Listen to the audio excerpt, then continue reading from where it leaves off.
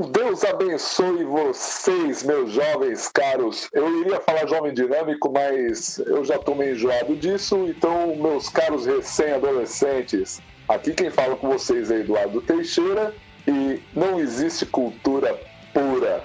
Pode crer, Eduardo. E aqui quem fala é Luiz Augusto Vulcanes e I Love Rock and Roll.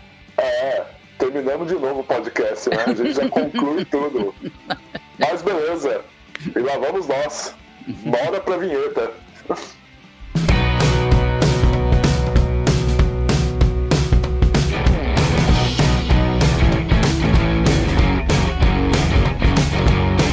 Luiz, você sabe que eu acho muito interessante que hoje, num tempo dessa juventude recém-adolescente, né?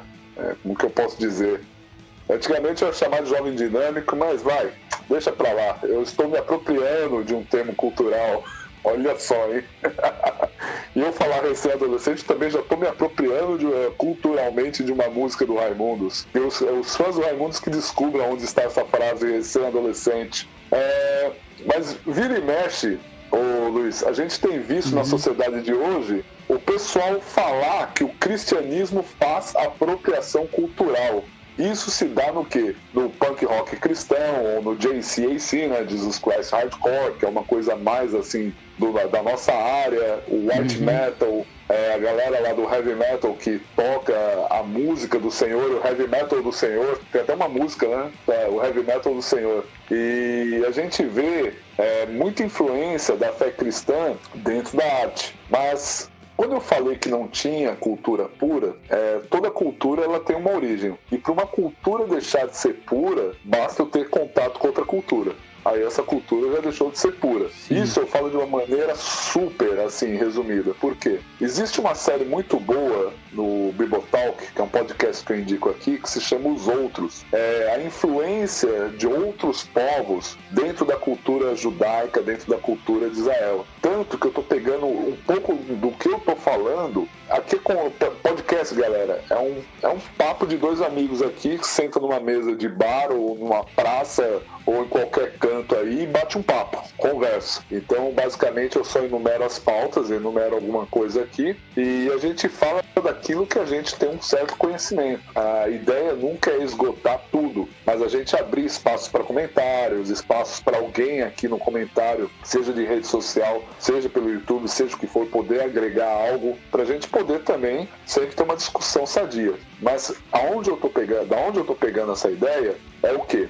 Se a gente for analisar, a gente pega lá a lei de Moisés, a gente pega ali o Gênesis, a gente pega toda aquela região, a gente vê as ordenanças do Senhor, mas é impossível dizer de que Moisés, quando ele ele escreveu o Pentateuco, ele não teve uma influência egípcia na vida dele, uma influência da criação dele no Egito. Como também se a gente for pegar também o exílio do povo de Israel da Babilônia, a ideia de céu e inferno foi uma influência da Babilônia, do zoroastrismo, né? Uma influência que entrou nisso. Eu não vou dizer que a nossa fé é corrompida, não, porque a gente pode enxergar a graça de Deus se manifestando em outros povos. A graça comum de Deus se manifestando em povos que nunca sequer ouviram falar do nosso Criador. Até mesmo Romanos capítulo 1 fala da revelação natural de Deus, que a pessoa pode chegar à conclusão, isso aqui é tudo teologia, gente, só que é aquilo. Aqui é meio que um papo de boteco, não está aprofundado, mas a pessoa pode chegar ao conhecimento de Deus, principalmente nos locais em que ela nunca ouviu falar de Jesus, como é o caso aí de muitos caras, muitos ramadãs aí da vida. A gente tem relato de muçulmano sonha com Jesus e se converte, ouvir esses testemunhos, cara que pegou a Bíblia para estudar, para tentar refutar ela, acabou se convertendo porque encontrou a palavra da verdade lá, ou melhor, eu partilho daquela ideia que Deus vai ao encontro do homem e a pessoa ela tem aquela revelação de Deus que é dada. Então Romanos fala muito dessa revelação natural que a gente pode encontrar em outros povos. Então quando a gente tem uma cultura já pré-estabelecida, ela não significa que a nossa cultura é 100% pura. A gente sempre é influenciado por outra cultura e a gente acaba pegando aspectos desta cultura. O que você pode agregar a esse bate-papo aqui nosso, com o nosso ouvinte, ô Luiz? Aproveitando esse gancho aí que você está fazendo, essa questão das influências, né? Por exemplo, você tem aqui na nossa região amazônica, aqui no Brasil, você tem tribos que os caras encontraram que são monoteístas. Sim. Né? Há uma série de suposições do porquê essas tribos são monoteístas e tal, mas isso não vem ao caso. O fato é que tribos que não tinham contato, que foram mais recentemente descobertas, são monoteístas. E você tem nos Estados Unidos tribos indígenas, povos indígenas, né, por assim dizer, monoteístas. Inclusive, se não me engano, aí teria que pesquisar, não pesquisei para isso, é o Cherokees. Eles, além de serem monoteístas, tem um fogo lá, que eles têm uma chama lá num lugar que está aceso há 4.000 anos, que eles têm um cuidado para manter ele aceso, e isso remete ao povo de Israel, que tinha que manter lá a chama sempre acesa no tabernáculo de Deus. Interessante, né? Tribos que praticam, por exemplo, a circuncisão. Então você vê que isso está espalhado. E o que é isso? Na minha opinião, isso é a graça de Deus. Agora eu vou dizer, não, essas tribos não podem ser monoteístas, porque o monoteísmo é uma coisa exclusiva do povo de Israel. Não dá, né? É exclusivo do judaísmo, do cristianismo e do islamismo, né? Uhum. Só que é interessante, se a gente também pegar a Etiópia por si só, a gente percebe a influência judaica na Etiópia. Primeiro porque a palavra de Deus, ela diz que Moisés ele se relacionou com uma etíope. Só que Arão e Miriam pediram para que Moisés dispensasse essa mulher. E ele dispensou. O quanto do judaísmo essa mulher carregou. E ainda, digo mais, a rainha do sul, a rainha de Sabá, que foi lá prestar aconselhamento, prestar consultoria com Salomão. O quanto daquela cultura ela recebeu e levou para o país dela, a Etiópia. Então, se a gente prestar muito atenção, para uma cultura deixar de ser pura, basta que ela tenha contato com outro. Então ela já deixa de ser pura. E se você for ver historicamente falando, o Israel de hoje, ele é um resquício da tribo de Judá. Até por isso surgiram o nome judeus, né? Eles vêm da tribo de Judá. As outras tribos se dispersaram e a gente não sabe para onde eles foram. Tanto que tem judeu espalhado no planeta todo, né, cara? Inclusive esse fato dos índios da Amazônia serem monoteístas, algumas tribos, acredita-se que possa ter sido uma migração desses povos dispersos que tenha chegado nesses lugares de alguma forma. Porque você veja, o rio Amazonas, ele, na sua nascente lá no Peru, parece que ele nasce, no Peru, ele se chama Rio Solimões, Rio de Salomão. Interessante, né? Muito interessante. E Amazonas é uma corruptela de Zion, terra de Sião. Interessante, hein, cara? Eu vou ter que fazer uma pesquisa muito forte aí, você ouvinte, faça uma pesquisa muito forte sobre isso aí.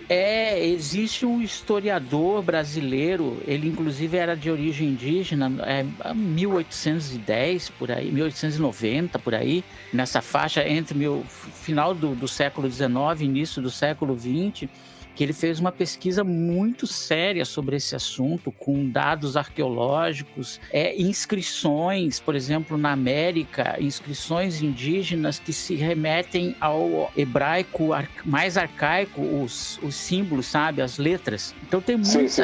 Porque essas tribos se dispersaram e nós não sabemos para onde elas se dispersaram. Foram espalhadas por aí. Uhum. E se a gente for prestar atenção também à cultura, toda a cultura ela trouxe a sua produção artística, a sua produção de arte, porque Sim. É muito comum o ser humano ele fazer uma produção. A palavra de Deus ele diz que foram os descendentes de Caim que começaram a fazer a instrumentação musical. Uhum. Os caras começaram a fazer os instrumentos, tudo. Cada povo começou lá a fazer as suas músicas, algumas com cunho religioso, outras com cunho de diversão, outras com cunho de guerra. Enfim, a música ela sempre fez parte da vida do indivíduo. É só um cara começar a batucar ali, pronto. O cara viu que tinha um ritmo interessante. A música é universal, né? Eu acredito que a música ela se origina, vem de Deus. Com certeza.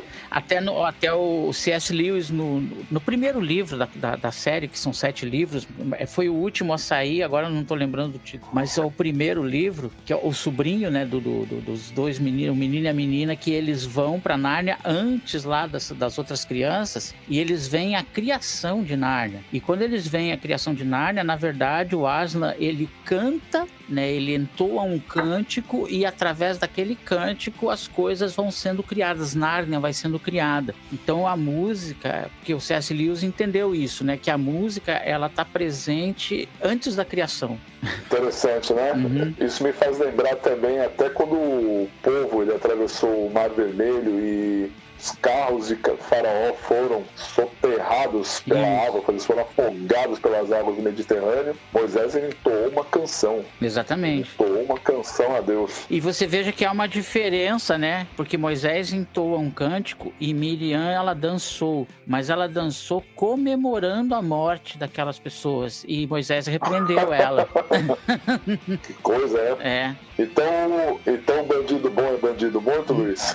Biblicamente não. Crente que pensa isso tá com algum defeito. Vamos abrir, vai. Eu tô meio aqui pra treta um pouco, tô meio pra podcast de treta, tô meio pra treta. Eu vou abrir um parênteses nisso aqui tudo. Bandido bom é bandido que se converte e deixa de ser bandido. É redimido, né? Exatamente. Quando um cara ele é alvejado por um sniper, que seja, ali ocorreu o quê? A justiça de Deus, o evangelho de Deus. Sim. Ocorreu por quê? A última oportunidade do cara estava até ali naquele momento. Uma hora Deus tem que fazer justiça por causa daquela vida errada do cara. Deus se alegra com isso?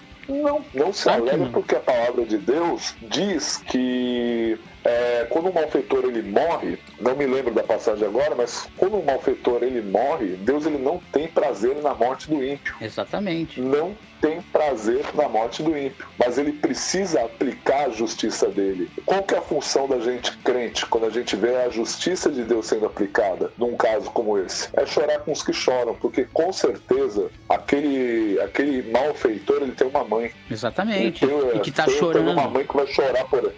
O jeito é chorar com aquela mulher. Não assim ser contra a justiça de Deus. Não descer do helicóptero comemorando, né? Exatamente. Então eu tô abrindo isso aqui, gente, porque é o seguinte: se for para comemorar, que as vítimas sejam nossas. Poxa, sim, comemorar. Parabéns à polícia. Exatamente. As vítimas saíram dessa. Então eu tô deixando claro que eu não sou contra a pena de morte, porque ela é uma aplicação de justiça. Romanos capítulo 13, se eu não me engano. Ela é uma aplicação de justiça à pena de morte. Mas não é uma coisa que a gente deva se alegrar com isso também. Só abrindo esses parênteses aqui. Voltando à nossa conversa, Moisés ele repreendeu a dança de Miriam. A gente tem que realmente entender... E a dança de Miriam, não a dança, né? Exatamente.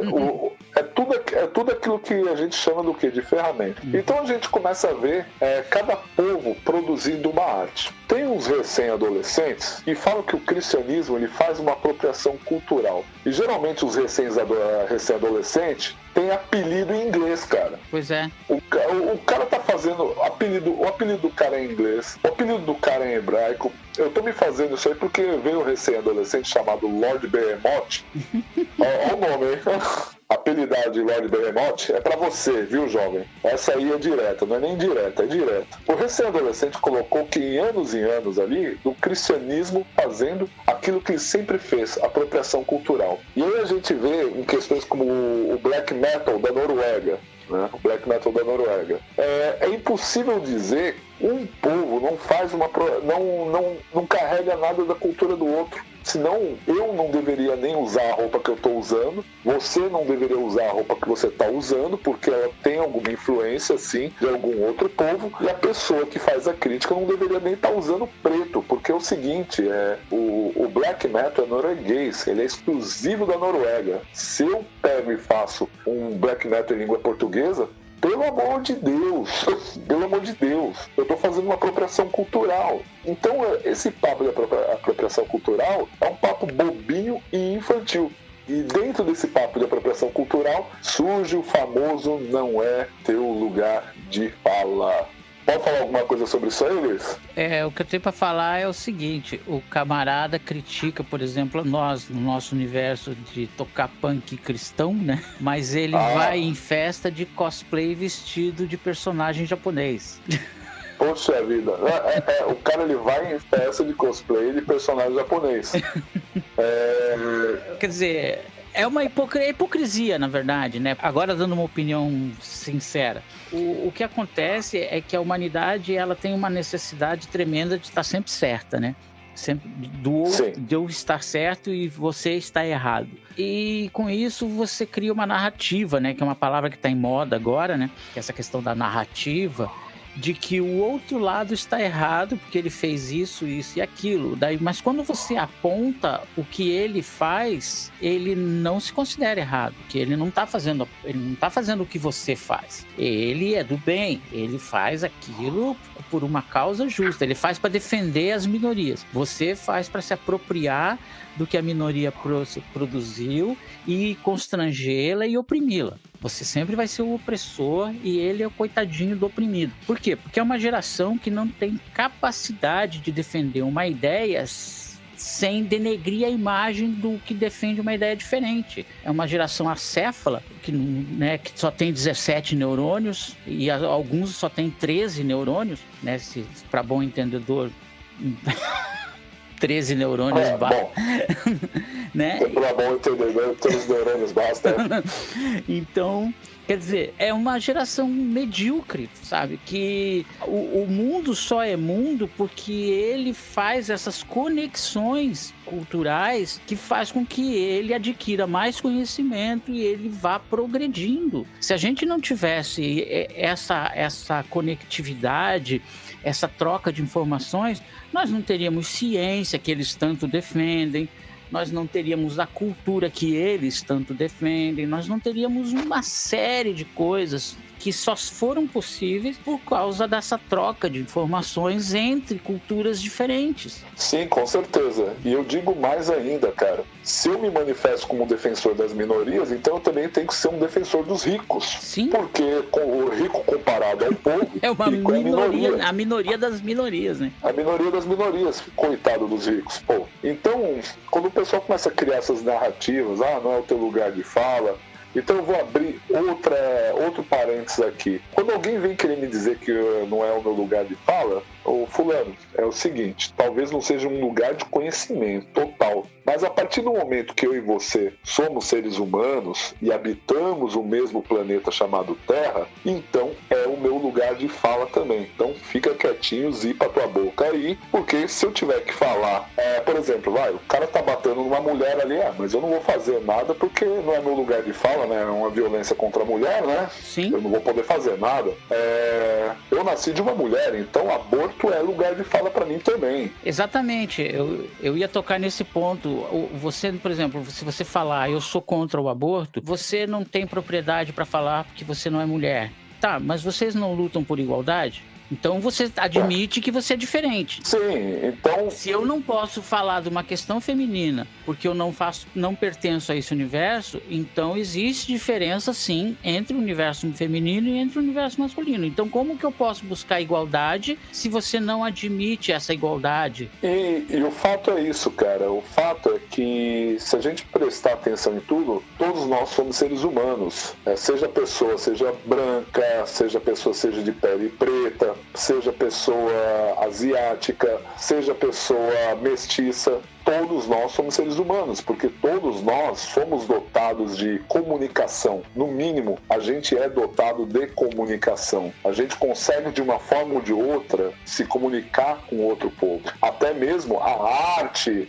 No que diz respeito a gênero, nós somos humanos, né? Exatamente, cara. Então a arte, ela é uma prova de comunicação. Então é muito comum a gente absorver algo de uma outra arte. Então, como a nossa área é o rock and roll, muitos falam aí que o rock and roll surgiu na igreja. Confere aí, Arnaldo. Olha, eu tenho fortes evidências disso, né? de que ele não o rock and roll como ele é hoje, obviamente, porque a música ela evolui como qualquer arte, como qualquer ciência, né? Mas a base do rock and roll, ela vem das igrejas evangélicas americanas, né? E ainda dos negros. A Sister Rosetta Tharpe, que era a irmã Rosetta, né? Sister Rosetta, com certeza. Você vê, ela influenciou diretamente o próprio Elvis e o Chuck Berry, né? Eles iam nos cultos, ela era da Igreja Batista, eles iam nos cultos para ver ela tocar a guitarra muito bem, por sinal.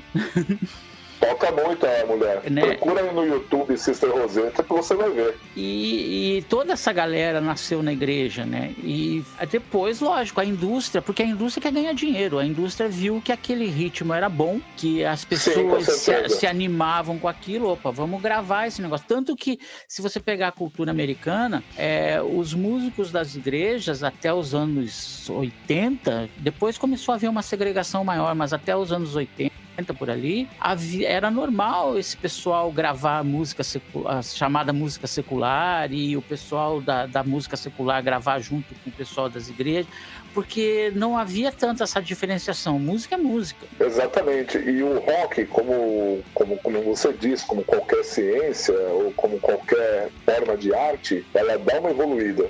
E aí a gente começa a ver o surgimento do movimento hip.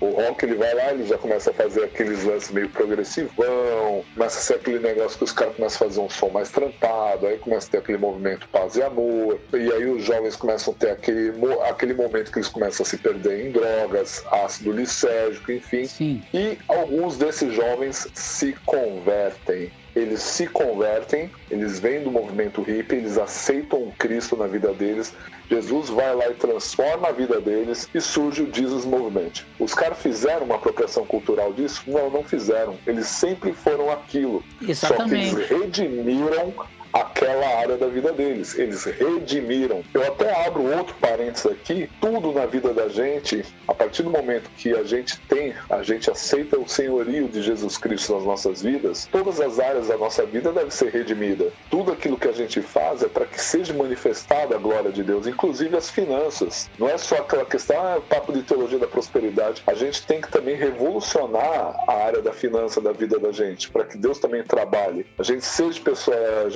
pessoas abençoadas financeiramente. Deus, ele quer redimir casamentos. Ele quer que o nosso casamento seja redimido. Deus quer redimir a relação de pais com filhos e de filhos com pais. Você pode ver que a Bíblia é tudo completo. Inclusive, a gente acaba redimindo a arte. Então, muitos daqueles jovens hippies que tiveram encontro com Jesus, eles acabaram adotando lá o Jesus Movement e eles trouxeram aquilo para dentro das comunidades cristãs. E eles, com essa influência, acabaram influenciando também aqueles que nasceram dentro da igreja por um motivo ou por outro, perderam contato com isso aí. Eu achei muito interessante, Luiz, que quando eu fiz uma entrevista com o pastor Batista do Antidemon, lá no canal do Cristo Suburbano, eu fiz uma live que ficou muito boa, aquela live. Ele não tinha nada a ver com o death metal, grindcore, essas coisas, não tinha nada a ver. Foi uma coisa de Deus mostrar para ele. Ele sonhava, né? Exatamente. Você assistiu? Chegou a assistir, né? Eu não ouvi ainda, eu não tive tempo de ouvir essa, mas eu tinha visto um testemunho anterior dele que ele conta essa parte que ele começou a sonhar com aqueles ritmos, com aquele som, e ele não sabia o que era, e um dia parece que ele estava passando na frente das galerias ali, e daí ele viu tocar aquilo ali, o que é isso? Exatamente. O pastor Batista é aquele famoso caso à parte de que Deus chama alguém para um chamado específico, da mesma maneira como Jesus ele aparece para muçulmanos. Sim. E para outros casos, ele é um caso à parte. Mas daí aquele cara do Jesus Movement, aquele cara que era do movimento hippie, ele se converte, ele traz para a igreja do Jesus Movement, ele não fez nenhuma apropriação cultural daquilo, muito pelo contrário, ele já era aquilo. Aquela área dele foi redimida. E aí ele começou a fazer uma música que louvasse ao Senhor, que tirassem jovens das drogas, tirassem jovens do sexo desenfreado. Deus redimia a sexualidade daqueles jovens, se tornando homens e mulheres santos para casarem, para ter a sua relação sexual após o casamento. Deus redimia as diversas áreas por causa do quê? Simplesmente porque Deus pegou aqueles jovens do Jesus Movement. Um caso, acho que é o Larry King, não sei qual que é o nome daquele cara, aquele cara que cantou aquela música do do DC Talk lá, a Wish I'll Been Harry, né? I Wish I'll Been Ready, em inglês tá meio feio aqui, que fala da segunda vinda de Cristo, que até o DC Talk é Larry King, não é o Larry Norman? Larry Norman, isso. Larry Norman, isso mesmo. Larry Norman, galera. Totalmente corrigido. Vocês veem que o podcast aqui é muito sincero e sem pauta. Ele começou a fazer... Ele, Petra, o Resurrection Band, o Daniel Band... Essas bandas começaram a fazer o movimento do Jesus Movement. Mas tem algo a comentar, Luiz? O Larry Norman começou a gravar antes, né, dele se tornar cristão, em 66. O troço, o troço é antigo, né? O que eu penso é o seguinte, eu acho que em parte a culpa é um pouco de nós como igreja, porque por muito tempo a igreja até se você voltar na máquina do tempo, você vai perceber que a igreja sempre esteve à frente da arte, né? Tanto da arte plástica como da música, principalmente, e da literatura. Grandes livros, grandes obras, grandes músicas, grandes peças, grandes quadros, né? Grandes esculturas foram produzidas por cristãos, né? Por escolas cristãs, escolas de arte, uma série de... Abraham Kuyper. Exatamente. Abraham Kuyper, ele escreve sobre isso no livro dele, Calvinismo. Exatamente. A igreja, ela sempre deteve isso, até mesmo, podemos até dizer, quase um monopólio da cultura, da arte e da ciência. Sim. Né? Mas depois de uma determinada época, e eu vejo que, infelizmente, não é uma crítica, mas é uma crítica, com o surgimento dos movimentos pentecostais, a igreja passou a satanizar a arte, a cultura. Então ela mesma entregou de bandeja para os nossos opositores a cultura, a produção cultural, a arte, porque até então tudo que você tinha de referência de boa música, boa arte, boas escolas, boas universidades, bons hospitais, bom tudo, vinha do cristianismo.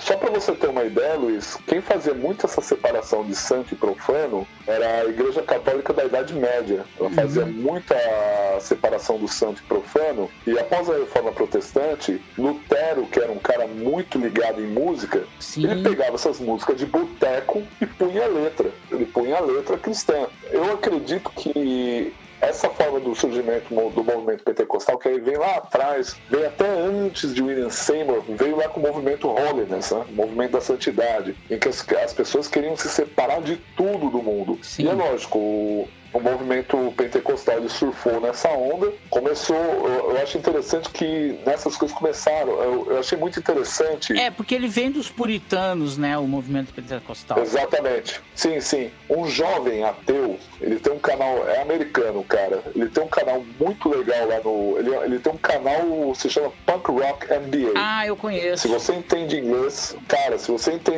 assiste o canal desse cara. Ele sempre colocou lá, o que matou o hardcore melódico, o que matou não sei o que, né? E aí ele Who Killed. Eu achei interessante que ele colocou Who Killed Christian Punk. O cara conta a história do punk rock cristão e ele traz aquela ideia de parecer que o rock cristão, o punk cristão e o punk secular viviam em universos paralelos. Ele, como ateu, ele começou a ouvir o dito punk rock cristão e ele achou interessante, porque o punk rock cristão ele trazia as mesmas ideias positivas que ele curtia, porque ele é do movimento straight edge. Ele falou assim, poxa, eu curto as ideias positivas, e o punk rock cristão também traz essas ideias positivas, que ele, como ateu, criou um interesse de querer assistir reuniões religiosas. Criou um interesse dele de querer, olha a importância do evangelismo nisso aí tudo. Se o rapaz vai se converter ou não, eu não sei, mas alguma semente foi lançada naquele coração. Sim. E aí, se a gente for pegar muito desses movimentos, aí a gente pega lá o black metal, surgimento do black metal. Teve o heavy metal lá com nessa linha ainda desse rock surgiu lá o Black Sabbath, né? Nessa linha do rock antigo dos anos 70, tudo surgiu o Black Sabbath, com aquelas letras mais obscuras que, se hoje for pegar, é puro marketing. Sim. O Black Sabbath fazendo todo esse tipo de letras obscuras. Até porque o Ozzy sempre teve um pé no catolicismo, né? Ele sempre foi um bom católico, o Ozzy. Eu acho interessante que até o canal Barbônico, o Barba, ele faz lá sobre a religião dos roqueiros. E ele trouxe ali a visão do Ozzy Osbourne por ser católico. Surfando aí nessa onda, uma galera que... Aí surgiu o Venom, com o disco Black Metal, fazendo aquele heavy metal com umas letras mais satanistas. E aí teve aquela galera da Noruega. Eu achei muito legal aquele filme, eu esqueci o nome, que conta a história do... não sei se você lembra, conta a história do surgimento do Black Metal. Light in the Darkness, né? Não. Esse é o documentário, o documentário cristão. Esse é o documentário. É um que conta a história da relação do Euronymous, que fundou lá o Black Metal lá na Noruega.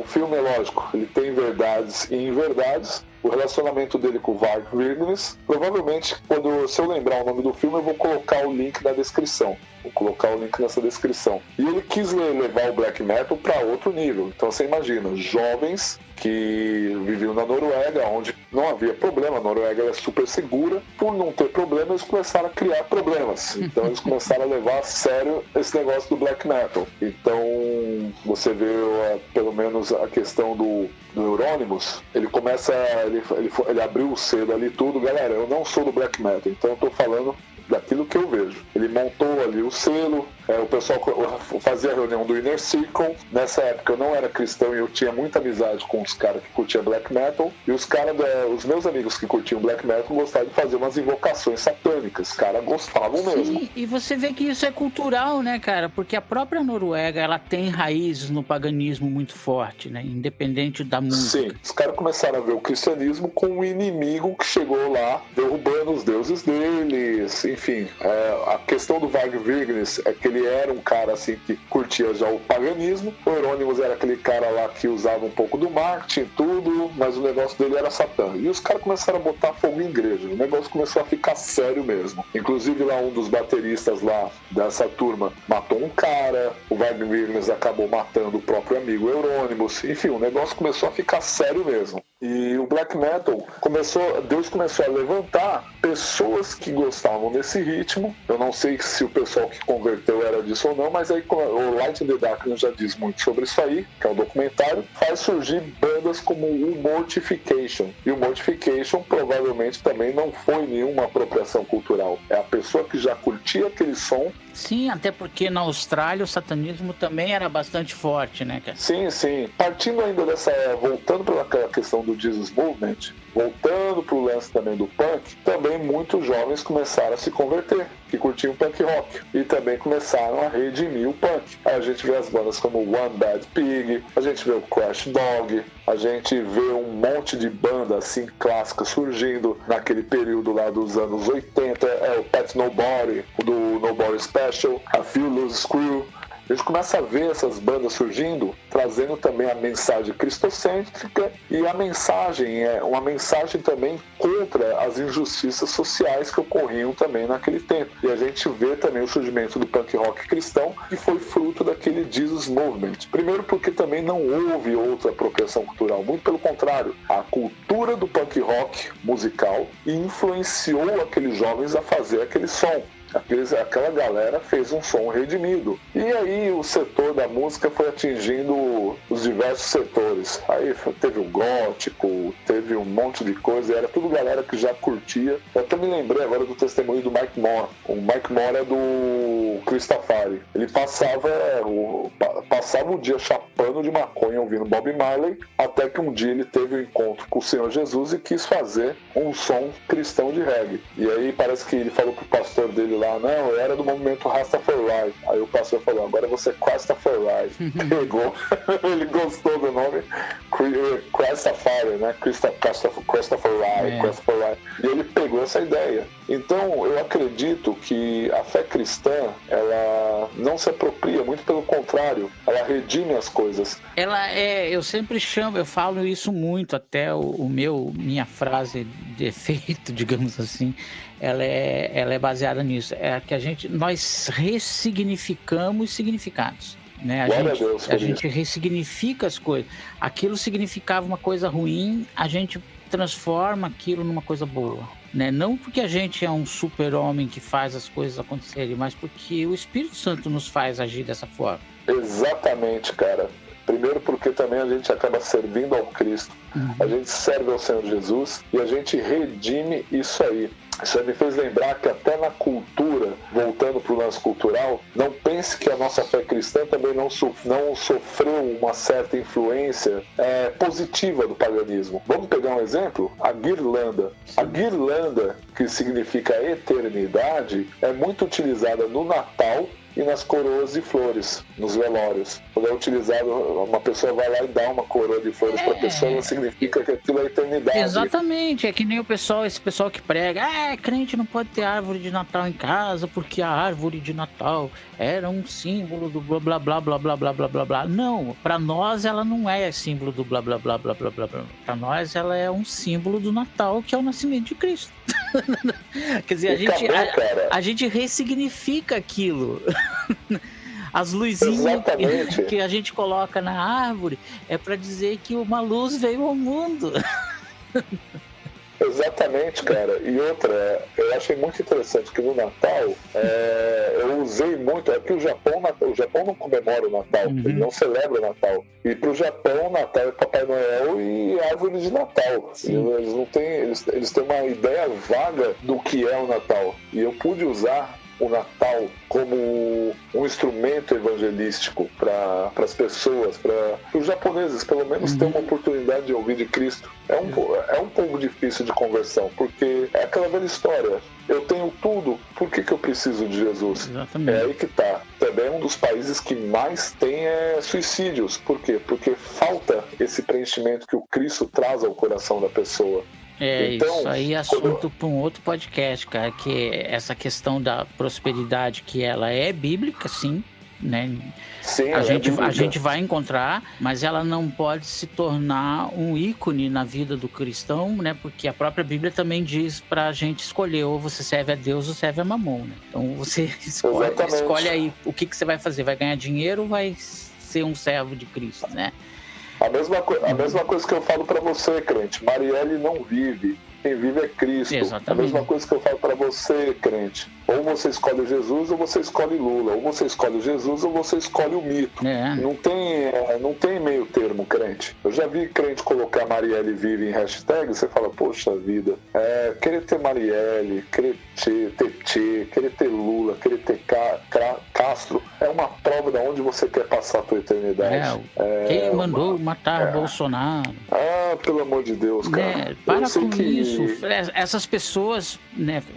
Você tocou na Marielle, foi uma fatalidade? Sim, foi uma fatalidade. E nós temos que chorar junto com a família dela, como você estava comentando em off lá, antes, né? A gente tem que chorar junto com a família dela, a gente tem que sentir essa morte. É que nem agora com essa pandemia aí, o pessoal tá falando, mas morre mais gente de tal doença do que disso. Tá, e daí?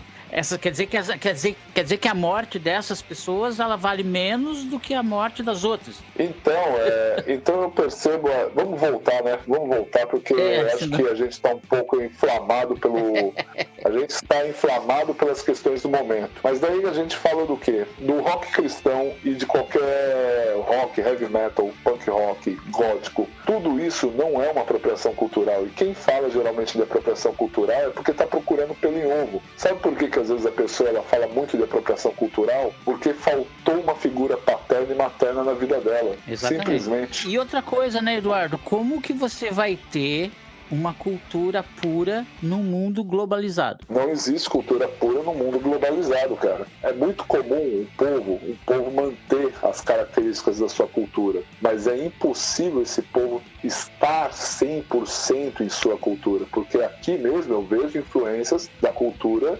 americana, tanto a ponto do japonês ele criar um tipo de letra que vai de encontro para fazer uma identificação com palavras que vieram de fora e foram japonesadas.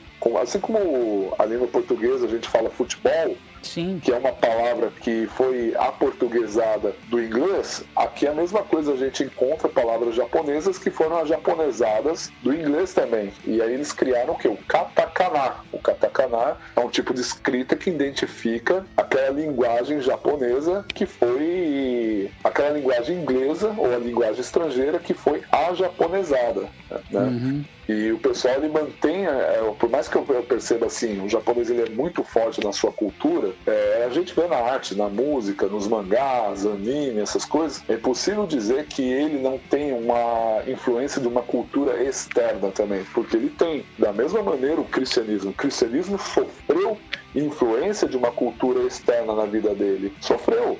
Então, esse papo de apropriação cultural, me desculpa, é um papo bobinho, é um papo, assim, de recém-adolescente. Na verdade, é só para segregar, né? É só para criar divisões e porque o povo dividido é um povo fraco. Exatamente. E tudo tem um lance de poder por trás. Não tem como. Tudo tem um lance de poder e, infelizmente, muita gente está fazendo esse jogo. Pra que eu vou brigar se eu posso botar as pessoas para brigarem por mim? Pra quê? Eu sempre dou o exemplo. Eu sou sulista, né? Eu sou paranaense. Sim. Fala leite quente, né? Sim. Como pinhão, mas eu como tapioca também. Você come tapioca, eu também não de uma tapioca. Pra falar a verdade, cara. Cara, nenhuma feijoada é melhor do que a do Brasil. Eu sinto falta de comer uma feijoada, viu? Então, aqui dentro do nosso país, aqui no Brasil, a gente tem diferenças culturais absurdas de uma região para outra, mas nós somos um povo só. Sim, existe uma brasilidade. Exatamente. Inclusive, eu estava lendo eu estou lendo um livro muito interessante, que é o Assombrações do Recife Velho, do Gilberto Freire. O cara me traz uma ideia da sociologia do sobrenatural. O quanto o sobrenatural ele influenciou também na criação de um povo. É interessante, muito interessante esse livro aí. Legal, bota aí a dica aí pra galera. Bota o link nos comentários, na descrição. Sim. Link no post. Exatamente. E então a gente começa... Link no post. E a gente começa a ver realmente a influência da cultura também dentro da música cristã. É lógico, tudo que acaba tocando acaba criando nicho. E tanto influências boas como ruins, né? Porque a gente tem muito lixo musical dentro da música cristã hoje, né? Sim, com certeza. Tem bastante. Mas também tem muita coisa boa. Tem. Só que esse mesmo povo que acusa os cristãos de apropriação cultural é o mesmo povo que acusa a gente de segregador. Acho que é isso mesmo. De segregador, de ser do nosso, só o nosso quadrado. Só que tem um porém. Eles também fazem as músicas dentro do quadrado deles. Sim. Pega uma galera que só curte horror punk. Qual que é a característica do show deles? Só bandas de horror punk. Pega uma galera aí que curte só hardcore, e principalmente esses hardcore esquerdistas. A maioria só hardcore com temática de esquerda. Pega alguns movimentos aquela visão nacionalista, tudo dentro, assim, só banda de careca que tá tocando ali. Então, querer acusar a gente de ser sectário, lembrei a palavra, sectário, a gente de ficar ali sectário, é uma besteira, meu irmão. É uma besteira, porque é muito comum o Eduardo Teixeira ter uma banda de punk cristão, sabe que o Luiz Vulcanos tem uma banda de punk cristão, vamos fazer um som nós dois juntos? Não, e vamos fazer, normal. É sempre comum você atrair um público que gosta do seu estilo de música, virar um nicho. Então não existe sectarismo também nisso. Até porque não dá certo dividir um show com a Cassiane, né? Não, aí não dá. Os públicos são diferentes, cara. Eu já tive o desprazer, isso eu já comentei em vídeo, sobre o seu público. Eu toquei com Radioativos, maior hardcore skatista, tudo, junto com uma banda de samba, cara. Os caras ficam olhando pra tua cara, tudo assustado. Isso aí não dá, cara. Porque são nichos diferentes, né? São gostos diferentes. É como você levar, sei lá, sem menosprezar ninguém. Você pega uma pessoa de uma comunidade que o cara tá acostumado a ouvir funk, aquela coisa toda, e leva ele, por exemplo, numa ópera. O cara vai achar aquilo um saco. A mesma coisa, você pega um cara de ambiente de ópera e bota no funk e o cara vai falar, meu Deus, o que eu tô fazendo? Não precisa nem muito, pega a gente do rock e põe a gente num funk, que não vai fazer também muito. Então, assim, até culturalmente, o estilo musical tem um estilo de se vestir. Funkeiro se veste tudo igual. Sim. Rapper se veste tudo igual. O cara do punk hardcore se veste tudo igual. O cara do metal se veste tudo igual. É muito comum isso aí. Isso é uma apropriação cultural? Se eu fosse falar que é apropriação cultural, eu falo, cara, ninguém mais veste essas roupas que vocês estão pegando de gente lá de fora. Vocês estão se apropriando culturalmente nisso aí. Então eu torno a dizer, mais uma vez, o papo da apropriação cultural é bobinho e de recém-adolescente. Uma conversa aí do recém-adolescente que quer atenção. Mas eu digo algo real para vocês, jovens. Talvez todo ser humano ele tenha o desejo de querer fazer parte de algo maior. Todo ser humano quer fazer parte de uma turma. Se há uma turma que eu possa indicar para vocês, é vocês fazerem parte da família de Deus. Porque fazer parte da família de Deus é isso. Família você pode ter o que for. Você pode ter briga, pode ter o que for, mas tá todo mundo ali se abraçando e procurando fazer um pelo outro. Existem comunidades ruins, como em todo meio existe, é inevitável. Mas também existe muita gente séria de Deus que pode trazer essa paternidade espiritual, essa paternidade de Deus